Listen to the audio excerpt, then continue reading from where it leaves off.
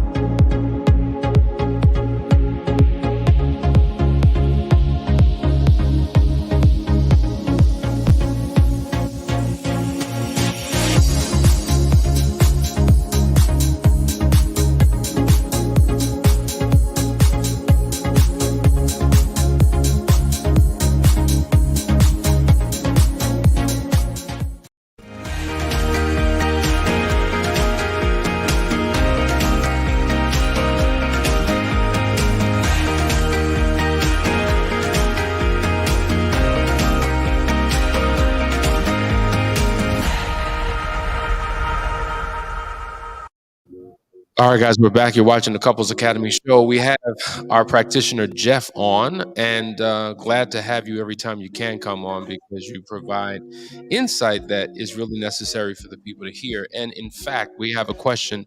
As I'm reading this question and answering this question, feel free to drop your questions in there so we can have a nice flow this morning. But the first question is actually geared towards you. Shalice says, can you speak how the Foundry helps men, not only with marriage, but with realizing business and financial goals? So absolutely, Shalice, what we do is we actually work on 4 quadrants of a human being, because what we realize is that a lot of the things that cause men to fail in marriage has to do with not so much just the situation and occurrences that go on in home, but also from a lack of, a cutting of their desire to being able to achieve certain things in their own personal lives. And so they become distracted and look for things to sedate themselves. So we deal with 4 quadrants. We deal with the spiritual, them knowing who they are and how they deal with their version of their creator, their God, and also how they relate to other men and women in the world, figuring out that positioning and how that works. We deal with the emotional and how to manage your emotions and how to deal with emotional feedback from others. We deal with the physical, which has to deal with, fitness and exercise, which has a lot to do with our sense of well-being and how we feel about ourselves. And also we deal with the financial aspects. So we do talk a little bit about business, and some of the books that we have are inspired. A lot of the things that work really well in business nowadays, some of the modern concepts around business, actually work to help maintain a proper home as well. So they feed into each other. And when we can create this balanced self in all 4 quadrants, we tend to have personal happier lives, which allows us to maintain and contribute to the happiness of our families. Now, Jeff, many men admittedly would say they won't put it in these terms, but many of us are one-dimensional in our approach. You mentioned 4 quadrants, emotional security, spiritual security, financial security, physical security. And usually we are strong in 1, maybe 2, but we are weak in others. Just working with the men that you've worked with over the years around the world, because you've worked with men on different continents, though we have different language, different culture, different backgrounds, upbringings, what would be the common thread of vulnerability or struggle or weakness that men in general have that Foundry speaks to in a powerful way? The lack of knowledge of self. When I say knowledge of self, I mean a true identity, knowing who they are in this world and what their purpose is. Not some magical or mystical purpose that's been given that you have to find, but one of their own creation. And what has happened is, as teenagers, we grew up with an idea of what we wanted to do, whether it was a dream that was planted from our environment or something that we wanted to do. Somewhere that got cut off. Reality set in, the fantasy disappeared, and the work was left to be done, but there was no one to show us how to do the work. So what's happened is fathers have gone off into the workplace, and our kids are being raised by TV and video games, and they have these fantasies of what the life is going to be like. And our parents don't engage as much as they should, and sometimes they don't know how to engage on how to create a better life. 100 years ago, that wasn't a problem because the son would be working behind the father in the fields or at the factory with the father doing the work. Now we're in a stage where parents go off, they do their thing, the kids kind of do their own thing, and yet they're supposed to have all the tools necessary to survive in life. And so the fantasies that were created in the 1950s of finding a job and staying with that company for 20 or 30 years, and they're going to take care of you for life, they ceased to be true by the mid-70s. And yet we're still propagating those fantasies, and so men feel incomplete. And when they feel incomplete, they become silent. When they become silent, they become trapped in their own thoughts and their emotions. They don't feel safe enough to express those desires at home. They don't have anyone to show them a way out. And then the other thing is they don't see a way to create their dreams or possibilities because there's no other men around them that have gotten there, that know how to take a person there. And so that's It's what we interesting work on. that in society today, if we take a quick snapshot, we see that women are in pursuit of empowerment, in pursuit of career, in pursuit of happiness, in pursuit of fulfillment, in pursuit of becoming better than what they are. However, a lot of men, their development has been arrested. Though they need so much, that drive, that hustle, that willingness, that teachability, that coachability isn't there as much. Why do you think men struggle with getting help, getting coaching, getting counseling, getting trained? What is that about? That's because we were taught that manhood doesn't require help. We're supposed to be a man up and deal with the situation. Well, how do you deal with the situation you've never done? I can't fly a plane without training. I can't run a business without training. I can't play basketball without some kind of training. So the problem is we think we can approach life without some kind of training. How can you be a parent without training? Especially if you grew up in a broken home. And I'm not saying a broken home where the mom was really strong and took care of all the needs. I'm just saying if you grew up in a struggling household where everyone argued or everyone fought, no one really dealt with anything in a mature way, how do you take that and bring this broken person who's grew up in a broken home, in a broken situation, all of a sudden they're 18 and now they're supposed to be an adult like that. It's going to happen. It's not realistic. And so we need to go back. We had things built in culturally throughout all the different places on the planet. We had a rites of passage that brought a man into manhood. But what's been recreated for women is a certain customary rites of passage, bringing them into womanhood through these, these things about being independent and these messages that are constantly being given to women. But these messages are not being given to men. It's just figure it out. Google it. That's how they're finding their answers. They're Googling it. All right, guys, you're watching the Couples Academy show. We're having some technical difficulties. We'll be right back. Stay tuned. We'll be right there. Couples Academy is expanding its team to meet the growing demand of people in need of help around the world. So if you're a trained, licensed, or certified expert in marriage enrichment, infidelity recovery, sex therapy, life coaching, cognitive behavioral therapy, divorce mediation, financial coaching, or family therapy, contact us today.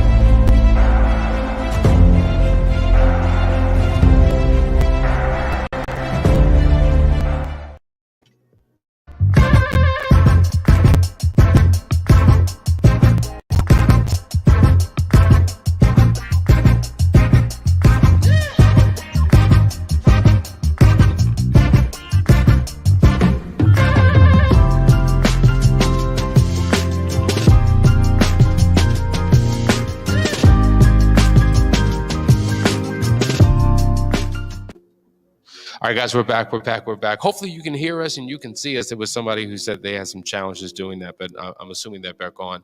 Instagram is a part of our conversation. We do have a question from Instagram. And Jeff, let me just say, phenomenal answers. I mean, phenomenal answers. Gonzalez saying, wow, I was just talking about this morning. This is a relevant topic, and you can't exhaust this topic enough when it comes to men, manhood, and their role in society. And so that's why we're glad to have you on the team. But there is a question for Instagram. Producer, what is that question? Is it possible to build an emotional relationship back after infidelity?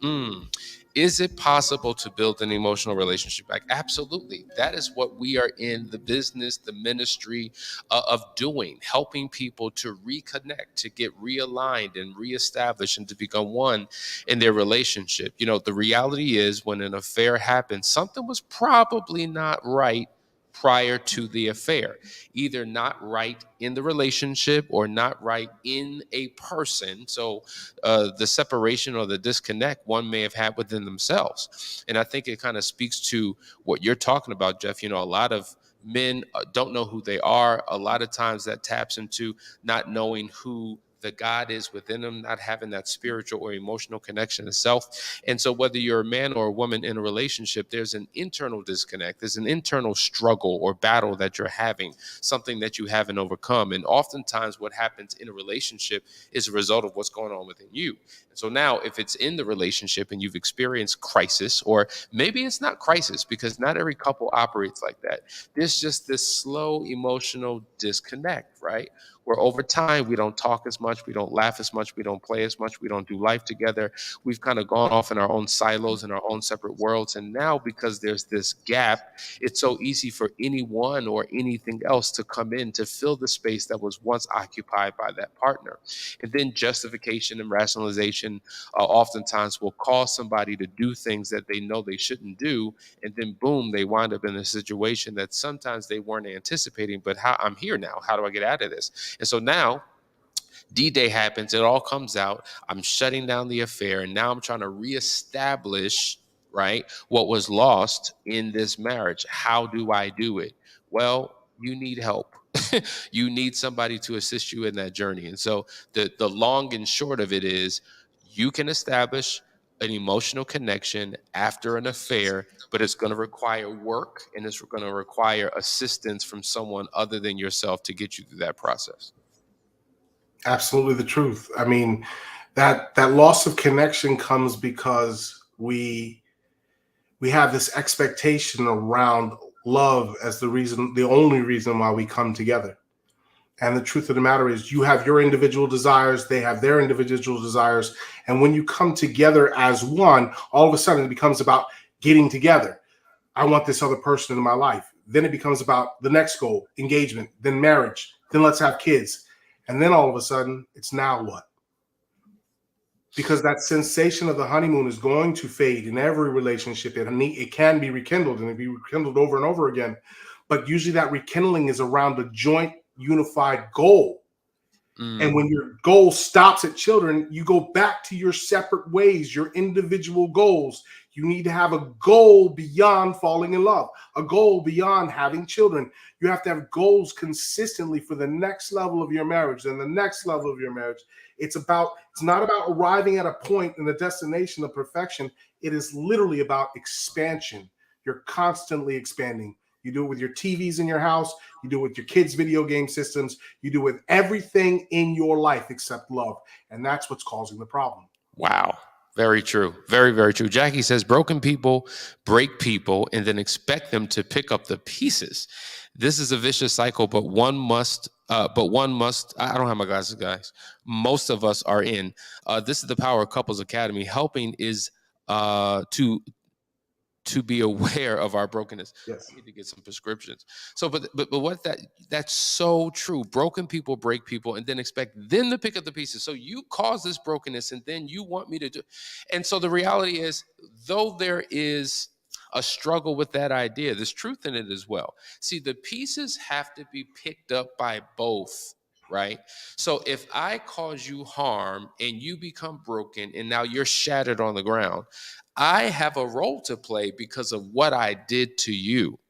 But then you, as the broken person, also have a role to play in terms of picking up your own pieces. And the challenge is, it's not fair. Why should I have to pick up these pieces? But the reality is, there's only so much that the one who caused the pain can do. But there's this other work that the broken person must do. And both of you doing your individual work, it will get you to a place where healing comes. It's interesting because my brokenness caused brokenness in you. So now I'm broke, but now I'm going to help you heal. And see, this is why we say you can't do it on your own.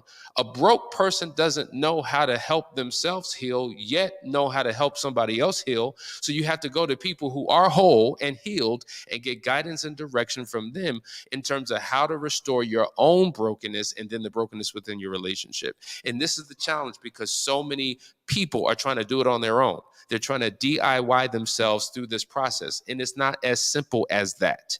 It takes a whole lot because you're dealing with the human factor, right?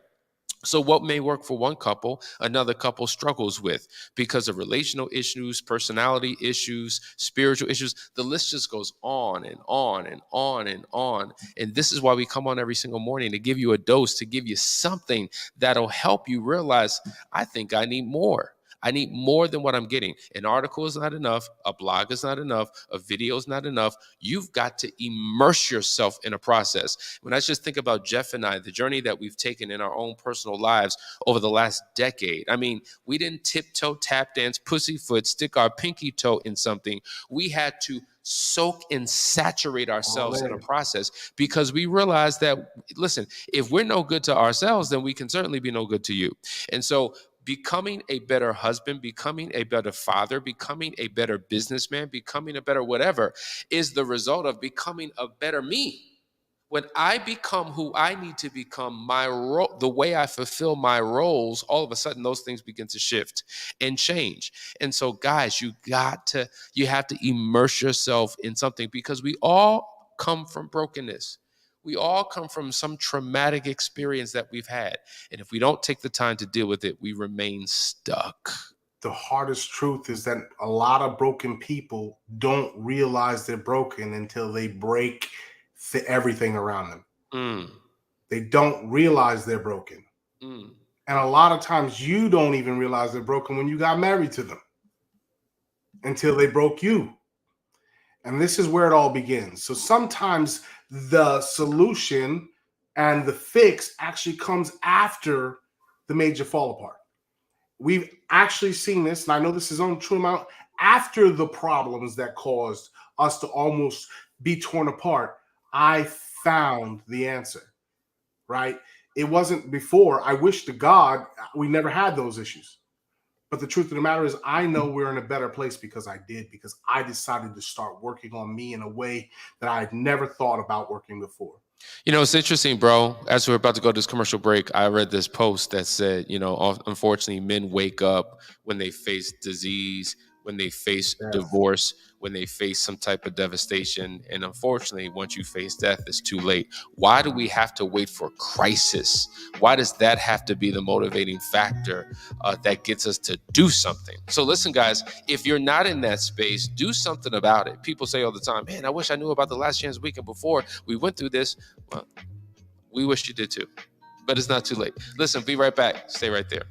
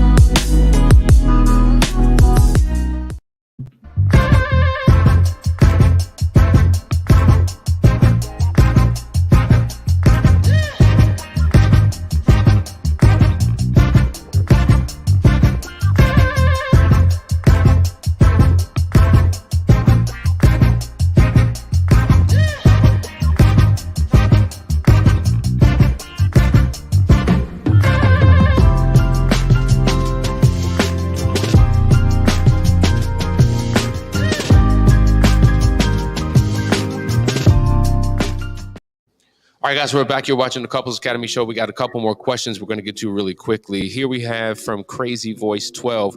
Can you speak to the reality of the hurt one goes through when they cheated first, not out of sexual conquest, and later finds out that their spouse cheated for revenge? Should they just let it go? When you say let it go, should you let the marriage go? Well, here's the reality. You're opening up Pandora's box when you cheat in the first place, right? And you're never going to know what the reaction of your spouse should be. You have hopes of what that reaction should be, but you're not going to know. And this is why you have to consider the consequences and the ramifications of your actions before you even do something.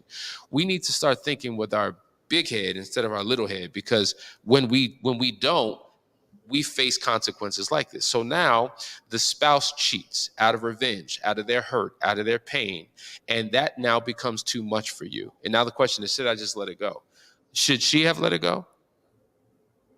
Or it could also be read, should they just let it go? Let the idea of them cheating out of revenge, should they just let that go? Oh, let the affair go. Okay. Like let it go. Like ways. I'm going to tell you.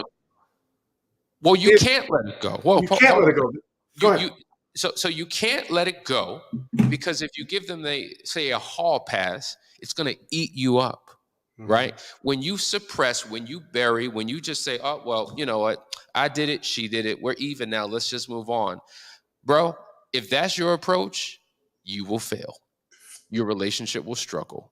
It will eat you alive. You cannot let it go, because guess what? She's probably harboring resentment and anger and pain. And you think, well, let's just bury it and move on. I'm telling you, it's not going to happen like that. Things will get progressively worse if you don't take the time to address it, period. Jeff, you going to say something?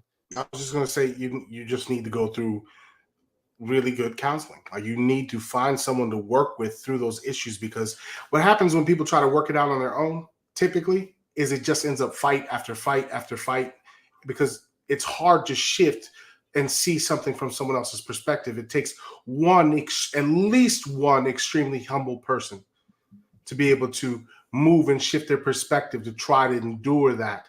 But it's like nearly impossible without somebody being a mediator, whether it's a well-versed pastor or a great marriage counselor. But you want to go to someone who has success in doing this. Otherwise, you may be spinning your wheels, wasting your time, or even causing further damage. Gonzalez says, transparency. I admit that I was broken from the disappointment of my biological father not being in my life, and dealt with hate and broken relationships. I blame him for my mistakes because because Of I exactly. his absence, right? Then he goes on to say, however, it was my choice and decision, not his. I got complete healing and total closure with true forgiveness 3 years ago. Yeah. That speaks to some of the root causes of why we do what we do. And so I think it's important to understand the why of the affair, because if we minimize it to, oh, well, I just found somebody attractive and I just couldn't resist, and it was a physical thing and I had an urge that I couldn't control, that overly simplifies the issue. And oftentimes it's not about the other person. You're not in pursuit of the other person. You're in pursuit of something within yourself that you're trying to find, or you're trying to escape your situation, and she or he happens to be the person of choice at the time.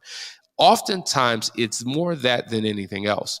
And so that's why when you're going through that full disclosure conversation, the question should be more of what was going on the inside of you. What were you struggling with? What were you dealing with? What were the root causes and the reasons? And sometimes the person who's unfaithful, they don't know what those reasons are. And that's why you need somebody outside of yourself to kind of guide you through a process to dig deep inside of yourself and to pull out what is not obvious to you. Jay says, my husband has broken our marriage due to his affair. How do I start to forgive him? Well, let me just say that forgiveness is a step in the journey. It is not step one.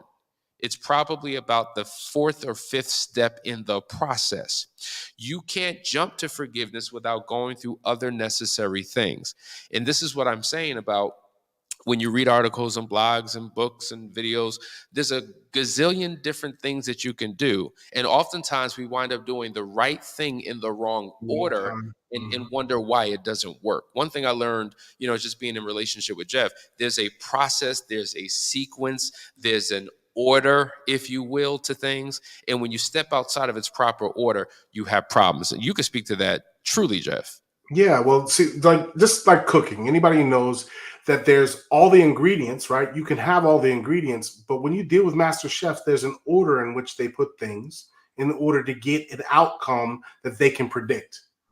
So you're not going to just throw the things in the pan and put the butter in afterward. You're not going to just put the vegetables and saute them that way. There may be a proper order, especially when you're dealing with like certain types of dishes.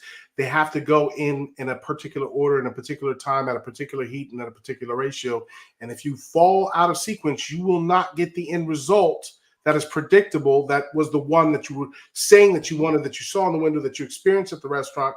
You can't just take the ingredients and put it together and get the same thing. You have to do it in the order that it was done. Two more questions we're going to get to before we end the show. We're going to go to Denise. Denise says, how to help your spouse understand to set boundaries or reprioritize or remove relationships with friends that enable and were aware of the affair. This is a huge one. This is a big question right here, because oftentimes we're just thinking about the opposite sex individual. I don't want you around those women. I don't want you around men. But what about those same sex relationships that were complicit, that were egging you on, that were encouragers, that were supporters? Or maybe they didn't even know. Maybe they didn't do that, but they certainly didn't correct. They didn't condemn behavior. They didn't reproof. They didn't challenge. And so they just went along with it. Hey, bro, do you, bro? Whatever. And that becomes a problem, because when you're in those environments amongst people who have that type of mentality, it can cause you to get laxed and comfortable and do more of the same. Listen, peer pressure is real, and you have to have certain peers in your life that will apply the right pressure to you. That is why I'm very careful who I surround myself with. I want to be around people who have character and integrity and live right and do right and function in a way that will be conducive for my own personal growth and development. If I am the most mature, the most adept, the most integral, I'm in trouble, because eventually, I'm going to become a product of my environment over time. So, Jeff, talk about the important. This is why we say every man needs a man, not a male, not a male.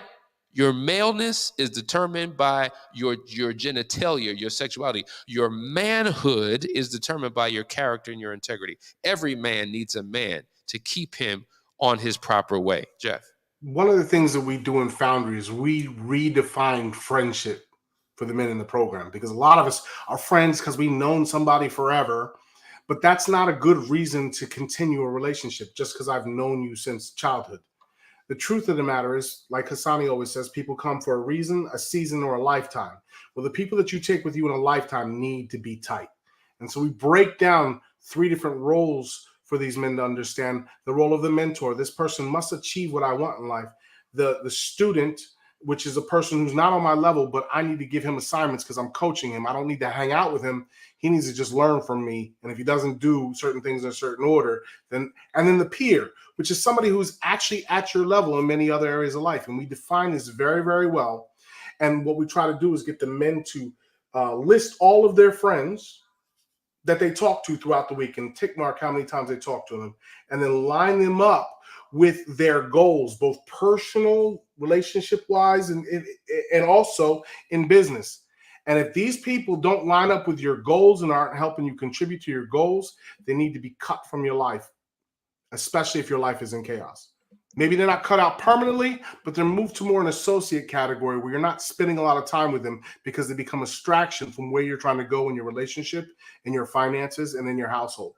Yeah, without a shadow of a doubt. And even if they're good guys, like I'm a married man, I got some single friends, but guess what? When I get together with them, I bring them into my married world. I don't go into their single world. Exactly. Because if anything, they're going to be tempted to do the right thing in my environment, but I don't want to be tempted to do the wrong thing in their environment. Last point we have here, my father was never in my life, didn't want that for my kids, became a good father, but not so much as a husband, no male role model. And that's a reality. And a lot of times the woman we talk to says, oh, he's an amazing dad. You know, he loves on his kids, but as a husband, that's a whole nother situation. And that's why we have Foundry, and that's why we have Couples Academy. But guys, hopefully you got something out of today's show. Jeff, always good having you on. We need to see you on more, brother. We'll make that happen. Listen, tune in tomorrow. We're going to have another engaging conversation as we prepare to go into the depths of a conversation that is going to crack your head open and give you what you need. Love you guys. See you in the AM. Take care.